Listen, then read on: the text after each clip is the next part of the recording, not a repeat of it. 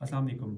अच्छा, जिन्होंने पूछा है ना कि ये नवंबर की जो वीडियोस थी उसके अंदर जो प्रिडिक्शंस हैं यानी कि हॉरोस्कोप है वो अब दिसंबर में वेट करना पड़ेगा। नो जनाब, वो मैंने मेंशन किया है जस्ट सो बिकॉज आप लोगों की अपनी स्ट्रगल जो है ना वो ज़्यादा मायने रखती है।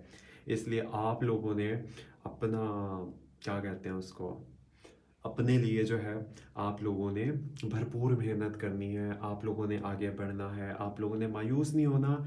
अगर नवंबर नहीं तो दिसंबर, ठीक है। और बाकी मुकम्मल वीडियो देखा करो प्लीज़, मेरी आप सबसे रिक्वेस्ट है, ताकि आप लोग तमाम मालूमात आप लोग जान सको। अगर आप थोड़ी देखोगे तो आप लोगों को पूरी नहीं समझ आएगी, एंड तक देखा करो ताकि मुकम्मल आप समझ सको कि मैं कहना क्या चाह रहा होता हूँ उस वीडियो में। फिर आप लोग जानोगे कि पैगाम मैसेज वीडियो का क्या है। So thank you and love you all.